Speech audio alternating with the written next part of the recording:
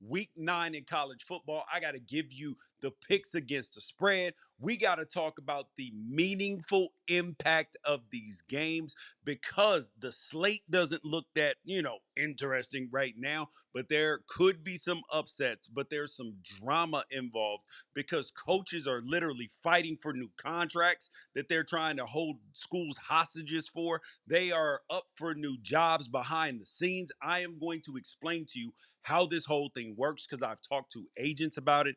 And I'm going to reveal my top 25 for this week because it differs from the AP poll because mine is about the three most important criteria: quality wins, schedule played, and absolute dominance. So, and then we're going to pick the games this week against the spread. I am so excited. And I'm your boy, George Wrighster, former NFL player, college football analyst for CW. Can't wait to be back on there in all of November. So you guys make sure that you guys check that out as well and like, subscribe, get notifications, tell a friend, and most importantly, share.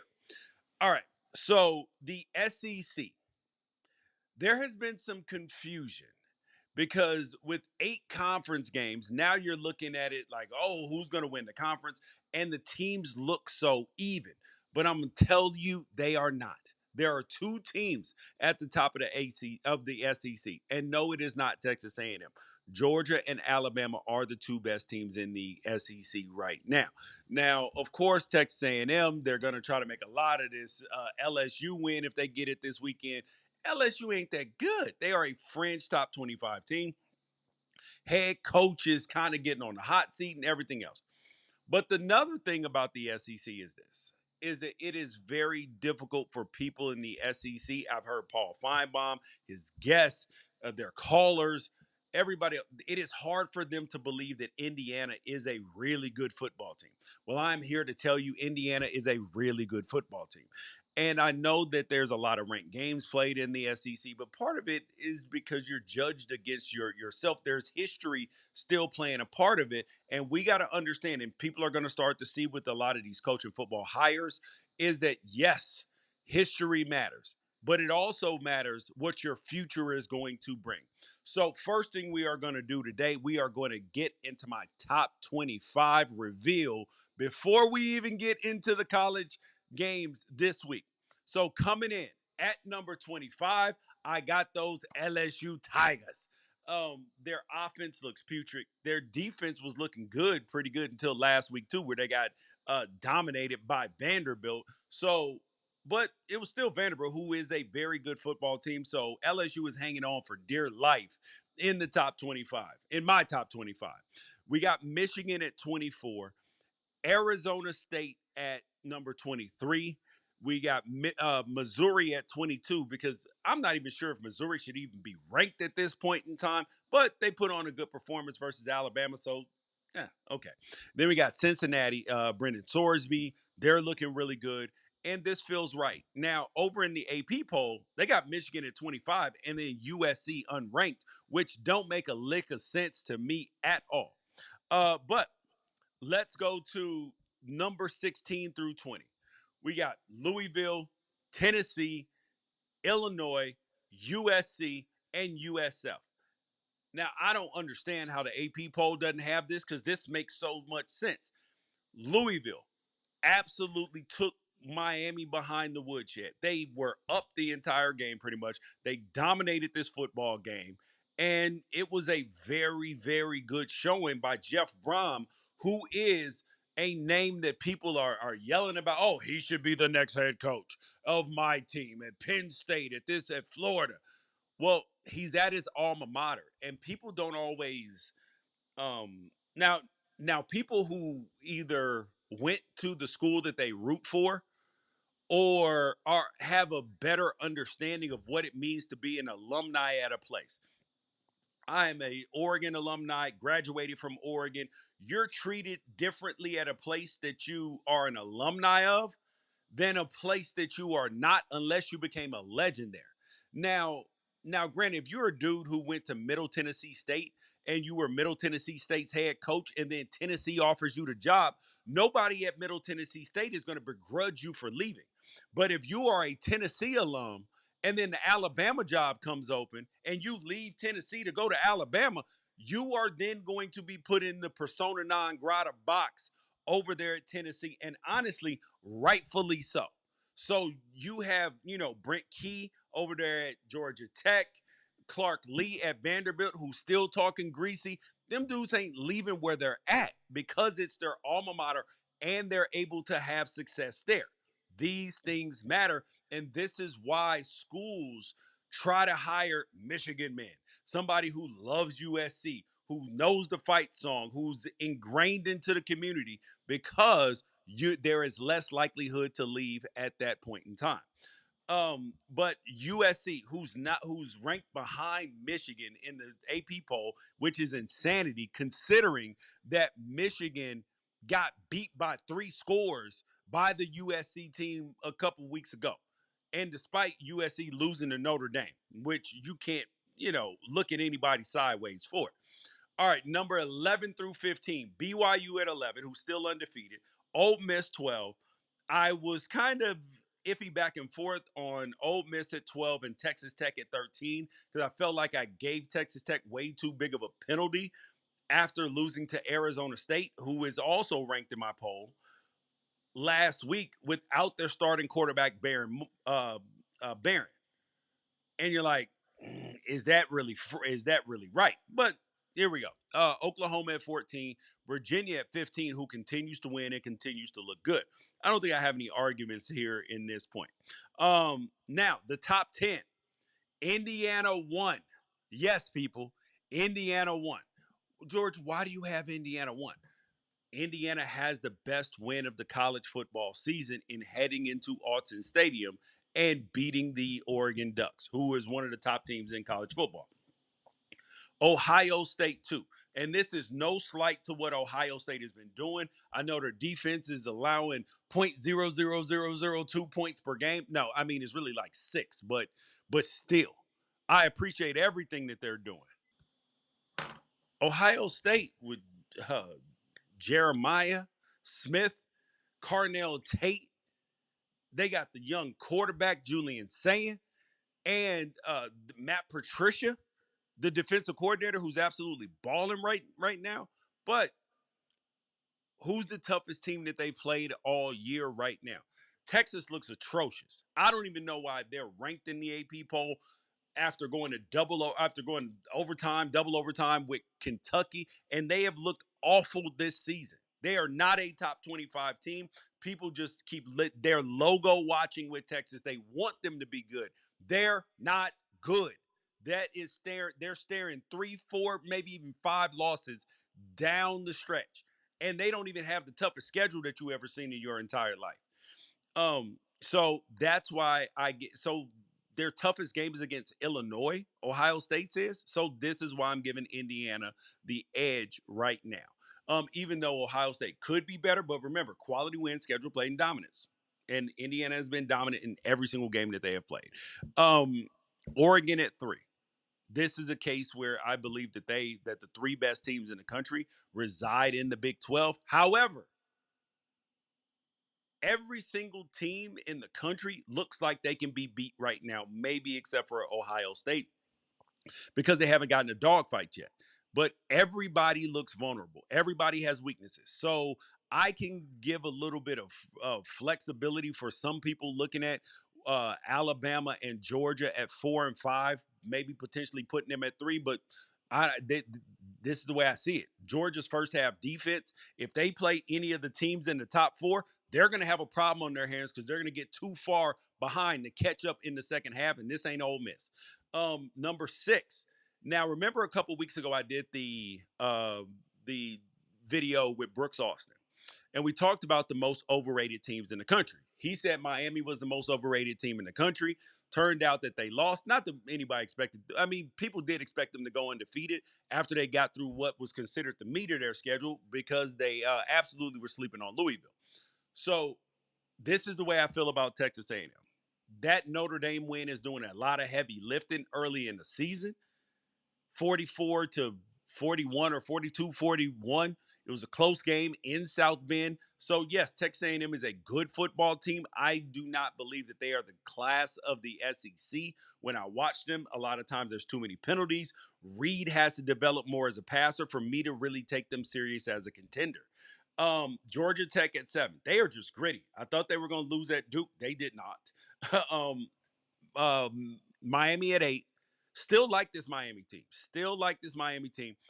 Carson Beck's got to cut down on the turnovers. This is the same thing that Georgia fans were yelling at about him. About is that sometimes he'll just go through these pick fests where he is predetermining where he's going to throw the ball. But if those guys are open when he predetermines it, it's a problem because C.J. Daniels and Malachi Tony absolutely special. Ruben Bain on defense, their defensive line, they are good. They are tough. They just got to find a way to not to lose games that they shouldn't lose. And then you got Notre Dame at 9. After Notre Dame lost them 2 games in the beginning of the season to Miami and Texas A&M, I told you they were still a top 12 team, and all they have done is just beat the hell out of everybody since. And then Vanderbilt number 10 because they have earned it. That is the bottom line because Stone Cold said so. All right, now we're going to get to the games because I believe that this weekend in particular has a lot of unique situations because you have a lot of coaches who are fighting for jobs, they are fighting for new contracts, and they are fighting for other jobs. So this is why you've been watching the press conferences and guys won't explicitly say I'm not leaving and this and that because they're all angling for something. They're angling for a new contract. Either they just want, their egos stroked or they are about to leave somewhere else. So this is why I've divided this bucket of games into 2 different categories. Well, 3 really. There is the most important, the biggest games of the weekend, like the most impactful games of the weekend, and the most important games of the weekend. Now, the most important games of the weekend are not the best games of the weekend. We got to be clear about that. And we are going to start with a game that 4 weeks ago, nobody on earth would have thought this game would have been on Big Noon kickoff. Nobody would have thought that this game would have been important at any bit of relevance. And that is UCLA, 3-4 UCLA at number 2 Indiana. Now, I applaud Curt Cignetti for doing what he did because this man has found a way to pump up his team and tell them that UCLA is a 3-0 team, that you are not playing against a 3-4 team because they really aren't.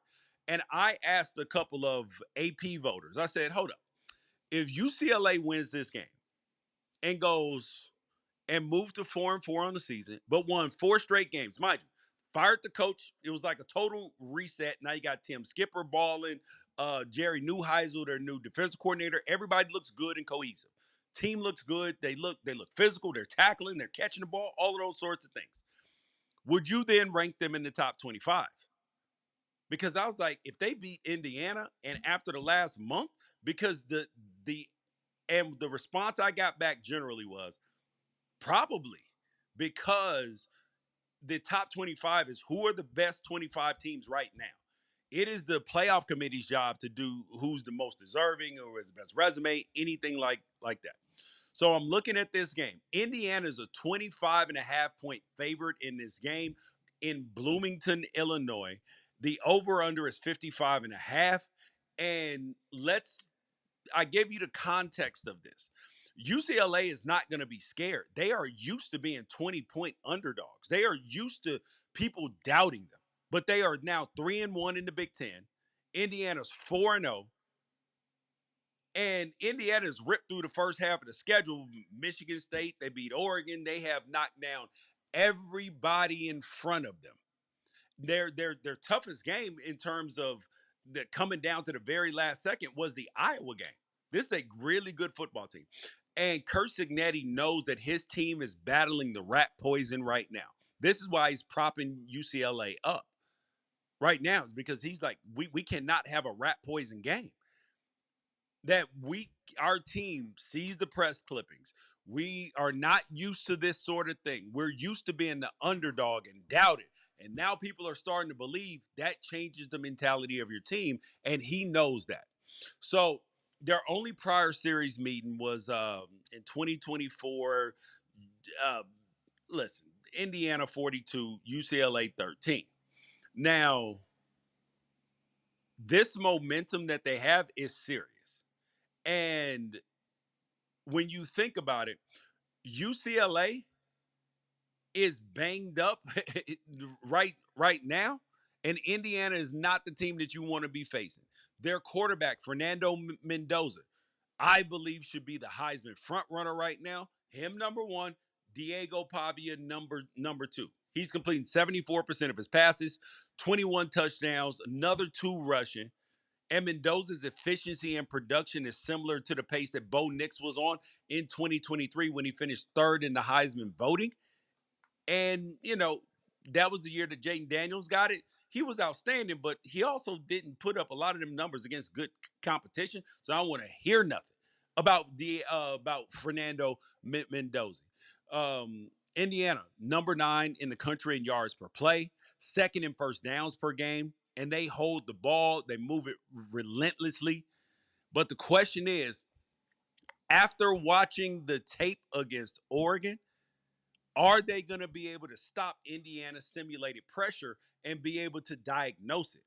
Because they have to be able to run the football, and they're 106th in rushing yards allowed per game on the season that UCLA is. So getting stops on this Indiana run game, which in, I believe, 4 or 5 of their games this year has run for over 300 yards. So this is a mean run game. Mean run game. But over the last 3 games, since they've been 3-0, they've moved up to 37th. And then pair that with already having a top 25 pass defense, and you got a competitive team for UCLA. But being competitive ain't gonna work. It is not gonna work against this Indiana team. You actually have to have special performances. And then Big Ten leader in assisted tackles, John Vaughns, he actually might be able to deliver one of them fantastic performances.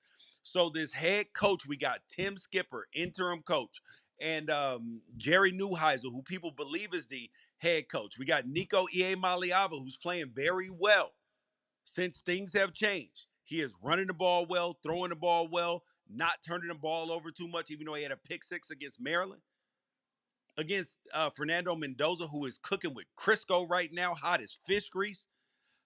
I am going to take UCLA plus this 25 and a half. Now, I don't believe that they're going to win this football game, but this feels like this could be one of the angels in the outfield major league moments where you're like, how the hell did this happen?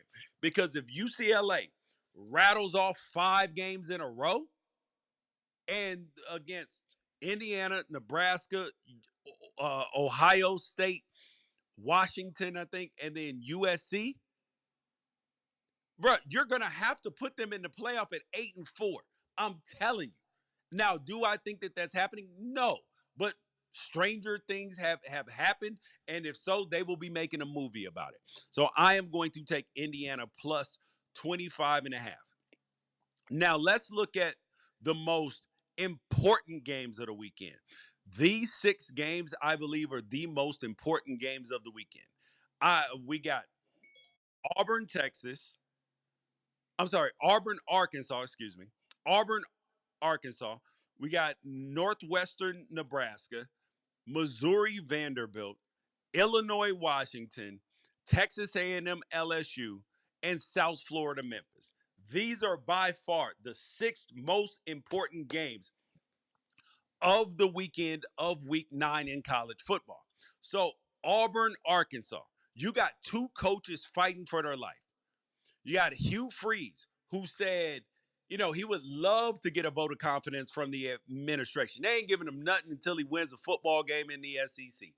And I don't even know if Arkansas is going to be enough because they're at the bottom of the SEC. Bobby Petrino, since he has gotten control of Arkansas again, since he has, slithered his way back in, the fox got in the hen house and he took over, they've been close.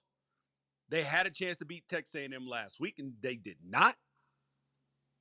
And now they have a chance to beat Auburn. So both of these coaches are fighting for every single thing that they have. And I'm looking at this game and I'm like, yo, who wins this football game?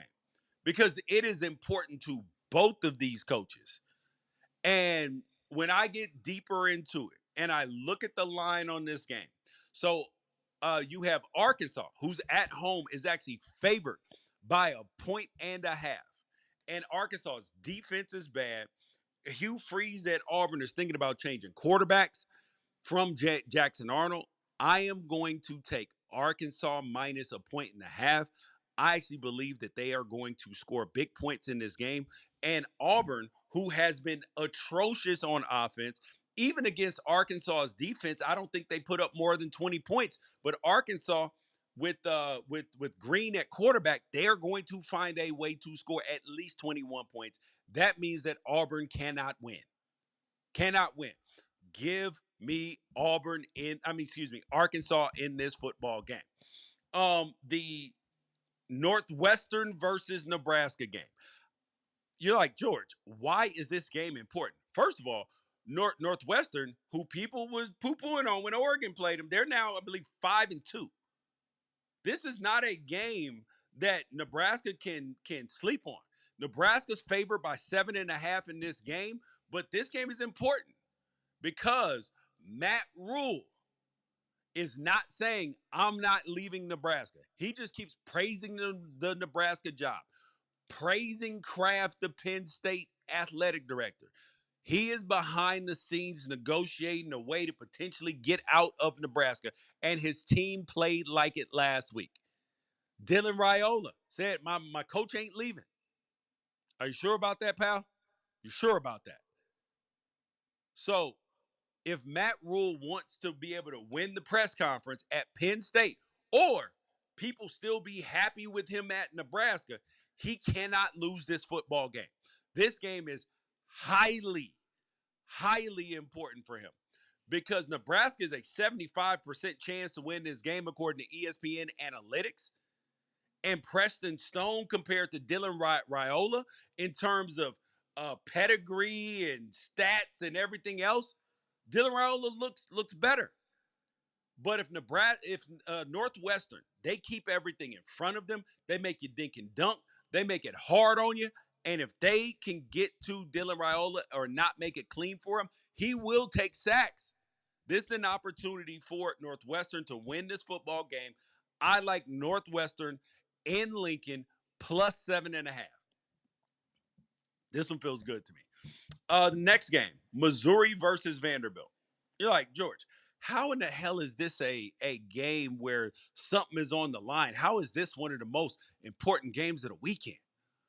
Because we have another coach in Eli Drinkwitz, who is potentially, his name keeps getting floated out, for head coaching jobs. And to get that, you have to win football games. You have to. Because Missouri just had a double overtime win at Auburn, which ain't real pretty. And they have not beaten a top 25 team. The best thing on Missouri's schedule is a win against, is a loss against Alabama. That's the best thing on their resume right now. Because when you look at this, let me pull up their schedule for you. The way you guys don't think I'm over here just hating. They got Central Arkansas, Kansas, Louisiana, South Carolina, who's bad on offense and losing record. UMass, a loss to Alabama, then a win against Auburn. They got no win. They got no ranked wins. They got a close ranked loss. That's all they got. So when y'all talk about anybody else and they ranked wins, make sure y'all speak about the SEC as well, because this is why college football is an honesty broker. George, why don't you talk about any of the Big Ten teams? Hey, go back and look in the channel. When Kurt Cignetti said that he wanted to play an SEC schedule, I was like, this is weak as hell. Play somebody. Don't do that. I criticize Ohio State in their national championship season, Michigan in their national championship season, because they didn't play any competitive non-conference games. So I am consistent here. So Missouri at Vanderbilt. Vanderbilt is favored by 2.5 points. They're playing at home again, and I like the Commodores at home minus 2.5. I love the Clark Lee's confidence, and he was the 2024 SEC coach of the coach of the year. And this win for Drinkwitz is either going to get him a raise or it is going to get people questioning whether he should be their head coach or not. And granted, people make way too much out of a situation and one single football game. This is how you hire the wrong person because you got to look at the body of work, which is why I said Penn State should be hiring Fran Brown. Full stop. Full stop. Oh, well, this coaching record against them. Listen, the man can recruit. He puts together a good offense, and he's winning at Syracuse. He just lost his quarterback. Stop relying on one game as the definition for who should be a head coach and a head coach contender.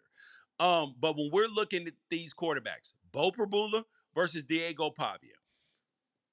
Bo Prabula is kind of a Diego Pavia type guy, except for he's not outwardly, braggadocious in the media as Pavia is. But Pavia is now a Heisman contender. He could have his team in the SEC championship and potentially in the college football playoff. And I love it. I love it. The dude is efficient. He is Tim Tebow without a Bible. I'm not sure what he believes in his personal life, but I'm just saying he ain't thumping it around the way that Tim Tebow did. And when you look at, in this game, Missouri has to get Arnold Hardy going at running back because he's the hammer. They got to get Keon Coleman Jr. going, Eric Stowers. They got to. But this Vanderbilt front of Miles Capers, who has 4.5 sacks, they have absolutely been opportunistic. So I cannot wait to watch this football game because it is going to be special. It is going to be really, really good. And if Missouri's pass rush, with Darius Wilson, who has 5.5 sacks, if they can get to Pavia and force it and stop the run early and force them into passing situations, they are going to have a chance. And Missouri's short yardage defense is going to have to be good. They can't let Pavia extend drives. Come on, man. This could be a tough one, but I am buying Vanderbilt at home minus 2.5 in one of the most important games of the weekend. Another super important game this weekend is this Illinois Washington game because I picked Illinois to make the college football playoff prior to the season. And this is a game that is important to both of these head coaches because I do not understand why. And I find it very interesting that Brett Bielema's name is not one of these names being tossed around for open coaching jobs. I mean, I know he's not going back to Arkansas for sure. But look what he did in his current role in Illinois and prior stops, not at Arkansas, but at Wisconsin before that, versus what other people have done. He has been highly successful, 4 double-digit winning seasons at Wisconsin in 7 years, and they've had 5 in the last 13 years since. 3 winning seasons in 5 years, plus 3 bowl appearances at Arkansas, and then 3 winning seasons and 3 bowl appearances, plus 2 fired coaches in the 8 years since. Come on, man. And now Brett Bielema is 1 win away from having Illinois in its 3rd bowl game since he took over the program. And he's had the Illini ranked in 3 separate seasons, and he gave them their first 10-win season in 23 years last year. This sounds like a guy that maximizes opportunities to me. So I do not understand unless he is keeping this on so much quiet and he could be backdooring back down to Florida or if Florida State opens up or any of these other jobs. But his name should absolutely be listed as one of the top names and program builders in this NIL era in college football, Mr. Brett Bielema. Now, I know I got a lot of Illinois fans on this channel, and they don't want to hear that, But I got to tell the truth. What the hell you want me to say? You got one of the better coaches in college football. Now, on the other side of it, you got Jedd Fisch, who's over at Washington. And he gets mentioned every single year that a job comes open for what he did when he left Arizona to take over at Washington. Now, I can't blame him, Arizona. That I have a whole video on that whole situation and how he had to take the Washington job, not just for himself, but for his assistant coaches. Because people forget that coaches have a responsibility, not just to themselves, because they make the majority of the money, to their assistants. When you can double your assistants' pay, get them additional years, put their families in better situations, and you're the head man and they've been with you for years, if you don't take one of them jobs, bro, they're gonna be looking at you kind of funny. And Jedd Fisch has been linked to everywhere, especially, with UCLA and Florida being open. It's only natural that his name is going to get thrown out because he's a Florida alum and his family is back living in Arizona, and that's closer to UCLA, and the weather's nicer. But this is an extremely important game for Jedd Fisch because he's been good at Washington, especially at home. But that doesn't, but at this point in time, he doesn't have a signature win yet. And it is arguably that he doesn't have a good win yet. And this is his team is actually stacked with young talent. They've been notoriously slow starters. And against an Illinois team that's 88th in first quarter points allowed, that is not going to cut it. But these quarterbacks, you got Luke Altmaier, who is having a fantastic year for the Illini now. Now, the senior isn't going to be getting any Heisman buzz, but he's the only quarterback so far that has even looked semi-functional versus Ohio State. And he's getting, setting personal bests for completion percentage, yards per attempt, touchdown to turnover ratio. And he's the engine that makes this Illinois offense run. And he's not overly dependent on any one weapon. He's got a maturity in the pocket and a toughness that makes him a threat against any opponent. But he is vulnerable to being overwhelmed at times in the pass rush. Now, on the other end, you got Damon Williams, who hasn't really been himself the last 2 weeks for Washington. And that's been both a good thing and a bad thing. Because although his high school career and his time at Washington, he's been a controlled, he's been efficient, calculated machine. But against Rutgers, he went off for 500 combined yards, and that might have reset his own internal bar for what he's capable of. But it is also possible that it also resulted in him trying to do too much as a passer against Michigan after they took his running lanes away. And it resulted in more interceptions in one game than he's previously thrown in 263 pass attempts in college going into the Michigan game. So he threw more in that one game than in 263 pass attempts before that. So that matters. And this Illinois offense versus Washington's defense, because Washington's defensive line, they have not been very effective this year in the pass rush. They've absorbed blocks. Their linebackers and safeties are having to do way too much work. And their three primary safeties are averaging a combined 11 solo tackles per game, with Alex McLaughlin leading the way with 35 of his own. That is mediocre at the best in defensive categories. It ain't good. They are 40th in the country in total yards allowed, points given up, and yards per play. It ain't good. Now, teams, they can overcome them rankings, but you have to do better. And they're 70th. They're tied with Clemson in turnovers per game. So that ain't good because Clemson ain't good right now. And also, that actually could be a recipe for the Illinois offense to feast. So as long as they can do it through the air, they're going to have an opportunity. So when I look at this game, I believe the X factor in this game is going to be Washington's offensive line and Jonah Coleman, because he has had 3 straight games where he's been bottled up in the run. He's still leading the Big Ten in touchdowns. But when he's not picking up big chunks, this Washington offensive team is a lot easier to beat. And he has not had a 100-yard game since the second game of the season versus UC Davis. That ain't good. And then on the other side of things, in terms of X factors, Illinois has to be looking to at the way that Michigan kept Washington at arm's length to give running back Jordan Marshall 28 touches, and then looking at his roster to see if Valentine, who is a lot more slender than Marshall or Keaton Fagan, because he actually might be the heaviest running back in college football this year, if he could have a similar impact on the game. Because the Illini are probably going to be spreading the love offensively as they have all season. So when I look at this game, I'm looking at them like, Washington is at home. They are 4.5-point favorites, but unfortunately, they are going to drop this game to the Illini.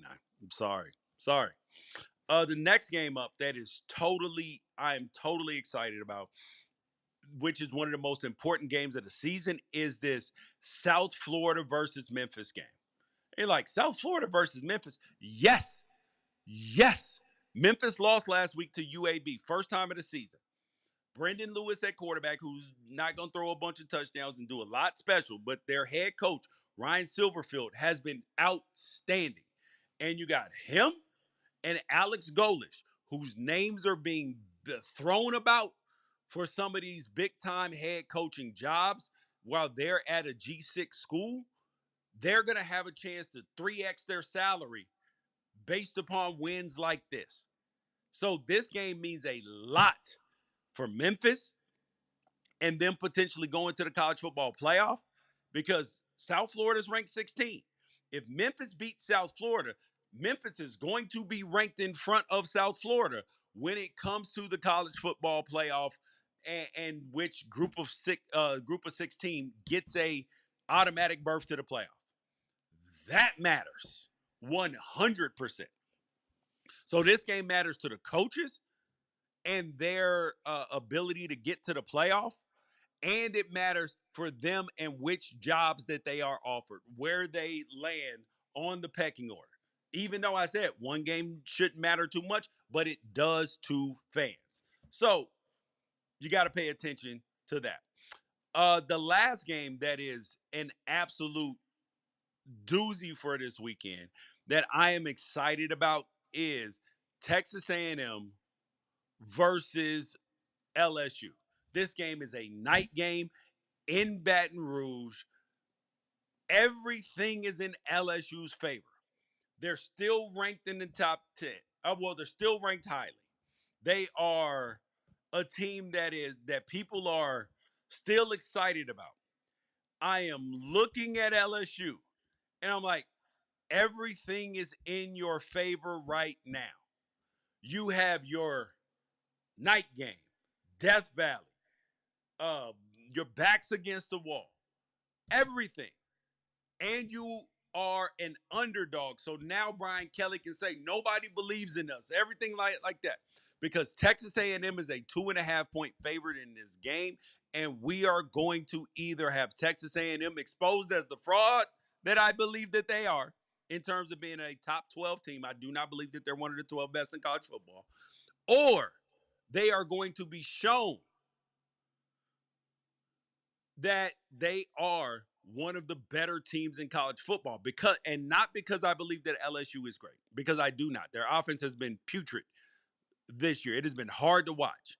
People are calling for Garrett Nussmeier, who people thought could be a Heisman winner, number 1 overall pick, threw for over 4,000 yards last year, and then now is on pace for 2,800. That's a big deal. So LSU has an opportunity. A&M comes in this game 7-0, 4-0 in the SEC. They barely snuck by Arkansas last week, 45-42. So if Arkansas, who's one of the better offenses, is putting up a lot of points on A&M, you should, who's a bad team, who Notre Dame shut down as well. LSU should be able to score. They should. But I don't believe that this is going to be a case where that is it. I actually like Texas A&M to win this game, 2.5 points. And this game is also important because Mike Elko, whose name has been floated about, I don't know if I believe that he would leave Texas A&M. But he might listen if you want to live on a coast. If Lane Kiffin says no to Florida, they gonna keep going down the list and being like, all right, and keep upping the ante. Somebody gonna get $100 million fully guaranteed contract because of this. And Brian Kelly, if he loses this game at home, this is going to send the sentiment about him in Baton Rouge tumbling down. They'll fall to 5-3, out of the SEC race, out of the playoff race, and be like, what are you doing? You went all in the transfer portal. This was supposed to be your year, and it is not. And you can't even blame Garrett Nussmeier for it. Come on, man. The Tigers are 50th in pass yards per game, and this is supposed to be wide receiver you. And the Tigers are even worse in yards per play. They're 65th. And that's because they're 112th overall in rush yards per game. You got a pocket passer. You got to support him with the run game, which is not happening. And then you got Texas A&M. They come into this game with two running backs that can carry the load in Reuben Owens and Le'Veon Moss. And Marcel Reed has been one of the more effective dual threat quarterbacks in the country with 15 touchdown passes and 240 yards rushing. But they haven't just been resorting to outscoring opponents, because they gave up 40 to Notre Dame and 42 to Arkansas. But against teams that have struggled to move the ball like Auburn, Mississippi State, and Florida, they've given up just 4 touchdowns in 12 quarters. So what do you think is going to happen to LSU? Just saying. All right, so those are the 6 most important games of the weekend. Now, let's get to another game. Wisconsin versus Oregon. Now, might be like, George, why do we care about this game? Because, see that back there? That's why we care about this game. So we're going to talk about it. But this is more because I did a whole preview on this game. So you guys can go on the channel and peep that out as well, where we get way deeper down into the woods. But Oregon is favored by 33.5 points. Oregon enters this game 6-1. Wisconsin has been shut out the last 2 games versus Iowa and versus Ohio State, and they've given up 71 points. This is going to be a bloodbath. However, I do believe that Wisconsin is going to have a chance to score this football game. And only because the administration has backed Luke Fickell. They said, we're keeping our head coach. We don't care what happens. We are going to invest in the transfer portal. We are going to invest in NIL, and we're going to give them a shot. So I think that is going to energize the team, because they're not trying to make plans about next year. They're like, okay, at least the coach will be here if we can figure something out. So I do believe that they will score. But I'm still going to put it at about 56-7. This is going to be an absolute runaway for the Ducks. They're going to get a chance to, because they're at home, they're going to get a chance to play some more of the younger guys and get them that 4th game of experience if they haven't played already. Red shirts not getting burned. But for the Ducks, the most important thing in this game is to come out healthy. For Dante Moore to walk in the stadium, walk out of the stadium healthy. Same thing with Mateo Uiagalelei, Tatum Tuioti, the superstar cornerback, Finney. They need to figure out who the other starting corner is going to be, establish the run, because Wisconsin's run defense has been able to shut people down. And Oregon, if you are going to be a Joe Moore award-winning offensive line, this is your moment to show it. This is not just explosive offense where you're pitching it all over the place. I want to see you line up and Marshawn Lynch run through a mofo face. Run through his face over and over and over and over and over and over again. That's what I want to see. Run through somebody's face. And yes, Dante Moore can still add in another 15 for 20 performance for 290 yards, 4 touchdowns. Love it. Sign me up. But I want to see that run game. And I want to see this defense, which absolutely stoned Rutgers last week. Rutgers was 8 for 25 passing for like 70-some yards. And that's an offense. 8 for 25. Yes. We're talking like 30% on a team that was averaging like 297 passing per game. I'm just saying. And who threw for 385 the week, 365, 385 the week before against Washington. So that matters. All right, the next game that we got to talk about this Michigan versus Michigan State game. I am excited about this football game because this game could have been in one of the 6 games that mattered, the most important games of this weekend. Michigan is a 14 and a half point favorite in this game. This game is at Michigan State. Michigan State is 3-4. They have not looked good in terms, they got beat up by UCLA even. So, but I don't know if we should say like even at this point in time. But here is what we know. We know that Michigan is 5-2. We know that they just beat up Washington. And we also know that Michigan State has dropped 4 straight Big Ten games. We got Sharrone Moore versus Jonathan Smith. This entire game is about the narrative about these coaches. If Sharrone Moore loses this game, now, where I picked Michigan to be a 2026 powerhouse and a legitimate national championship threat, if they lose this football game, it's going to cause major problems for Sharrone Moore on the recruiting trail and with the sentiment with Michigan fans. Because you already got them a little bit, feisty, which they should not be, but they are. And then you got Michigan State, who Jonathan Smith came to them in the same situation as Mel Tucker did, where Mel Tucker wanted to stay at Colorado. Michigan State offered him an offer he could not refuse. And Colorado couldn't even get close. Like not even double damn near. And then you got Jonathan Smith. He left Oregon State where he would have stayed because Oregon State didn't have a conference. He didn't have a choice. So Jonathan Smith's future and the future sentiment around the boosters at Michigan State, the NIL folks, and everything else is going to be teetered on this football game right now. Teetered on this football game right now. And this game is at 7:30 Eastern on NBC. It's going to be dry, 47 degrees. This is,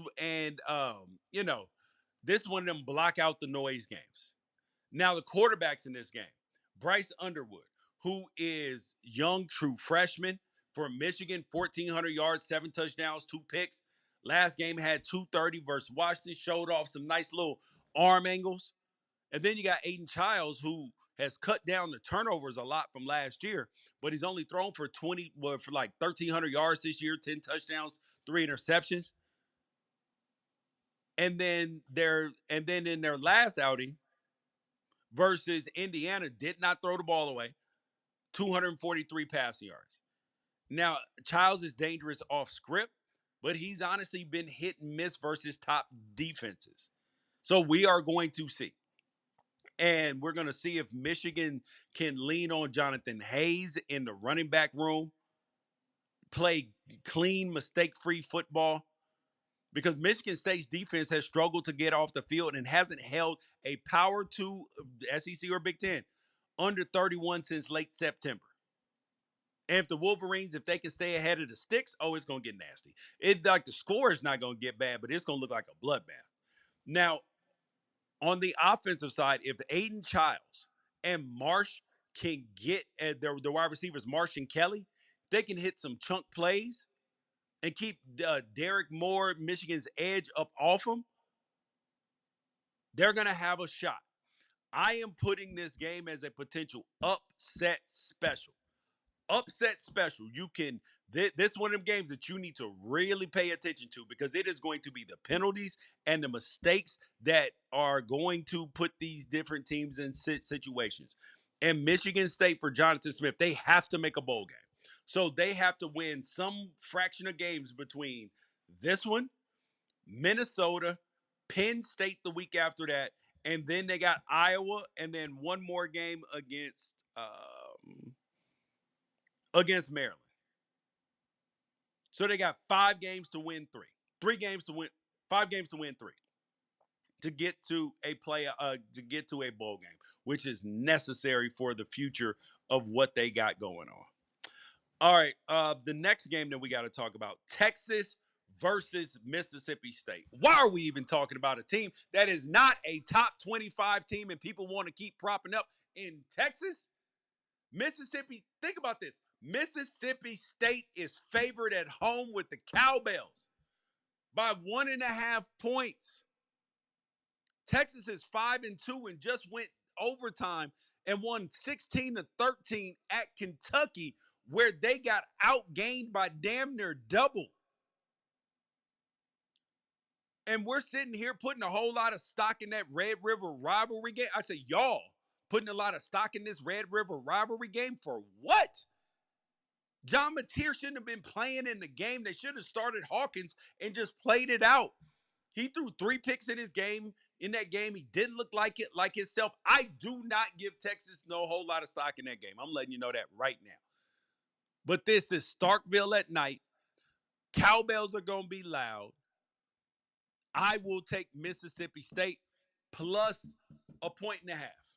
I'm sorry, minus a point and a half, because they are favored in this football game. Steve Sarkisian, he's going to probably have to give up play calling duties after this season if they don't figure out this offense. And truthfully, he's a head coach. It's too much to be doing both jobs. Arch Manning versus Blake Shapen. Who would you think has the better stats right now? It is Blake Shapen, which is wild. Come on, man. Arch threw for 132 yards last week. Let's just put Arch in the regular quarterback category. He's in the Blake Shapen category until he pulls himself out. I'm not slandering him. There's just not a lot to talk about in terms of a difference maker in the football game until he proves he's a difference maker. So I'm not going to down the kid. I'm just going to treat him the same way that I do regular quarterbacks who don't offer superhero ability and all of that stuff. We'll just say, can he game manage them to a win? That's the way we're going to handle Arch Manning from now on, because there's no reason to slander the kid. He didn't ask for all this pup, so we're going to treat him exactly like what he has played like. And no hate, no slander. Let's just keep it a buck. Just reality. Um, Texas averages 26.7 points per game, 38% on third down. So we're going to see what they are going to be able to do in this game. If Arch can help, if he can manage them into a victory. But if they get stuck behind the chains, this is going to be a signature win for Mississippi State, even though it really ain't that signature. It'll be signature in terms of logo, but it will not be signature in terms of an actual win. All right, another game that I find very interesting on this slate, another night game. We got Colorado at Utah. Now, Utah is favored by 13.5 points in this game. This game's at Rice-Eccles Stadium, one of the best college football environments. Should be about 60 degrees and clear. Utah's 5-2, 2-2 in the Big 12. Colorado is 3-4, 1-3 in the Big 12. And this is apparently, I learned something new in research for this, that this is called the Rumble in the Rockies. Did anybody else know that? Drop it in the comments if you knew. And make sure that you like, subscribe, and get notifications. Now, Utah and Colorado, they have always been presented and pitted as rivals in the Pac-12. But this week, the teams are in a fight for survival. Utah's in a fight to stay relevant in terms of getting to the Big 12 championship. But they lost to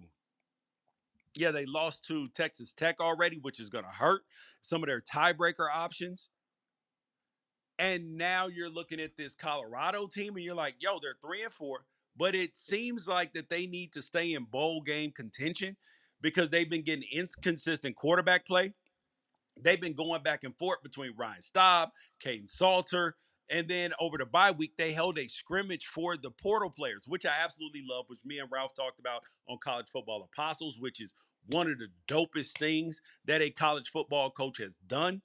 Give players an opportunity to either move up the depth chart with a real live scrimmage on your bye week, or give them an opportunity to get some film if they so choose to hop in the portal and set, because that's one of the hardest things for players is to be able to find places to go with just practice tape. When you got real live reps smacking people, quarterbacks, where they're not, where they're actually under pressure and everything else, it's good. It is good. Now, Colorado has more games with 35 plus carries in the running back room with 4 than it did in 2024 altogether, which they only had 3. So you can expect the Buffaloes that they will likely try and push the Utah off the ball.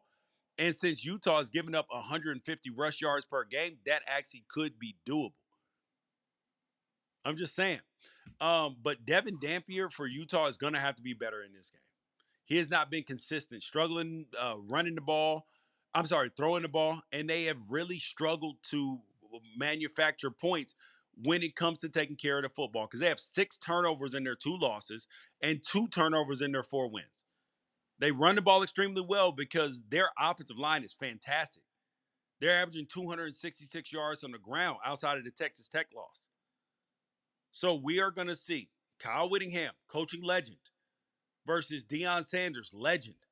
Who is going to flinch first and who is going to win? So I'm excited about that.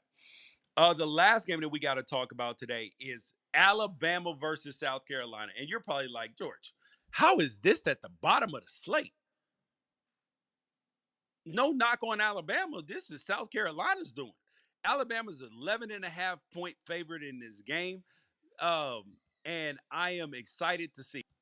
The over-under in this game is 47.5 according to ESPN Bet. And this is, a 3:30 Eastern kick, 12:30 Pacific. Alabama is number 6 in the country and 6-1, 4-0 in the SEC. South Carolina 1-4 in the SEC and 3-4 overall. Alabama, according to ESPN Analytics, 82.2% chance to win this football game. Lenore Sellers and this offense is playing terrible.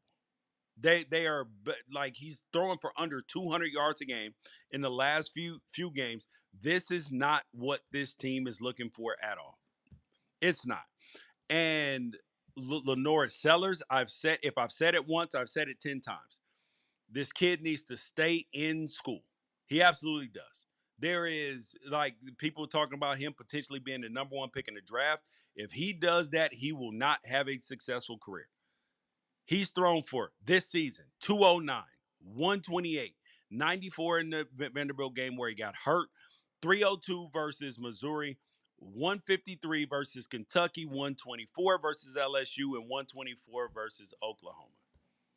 This ain't it. This is not it. And yes, the completion percentage is about 65, but it's a lot of dink and dunk and throwing behind the line of scrimmage screens, and all of that is taking up a lot of air.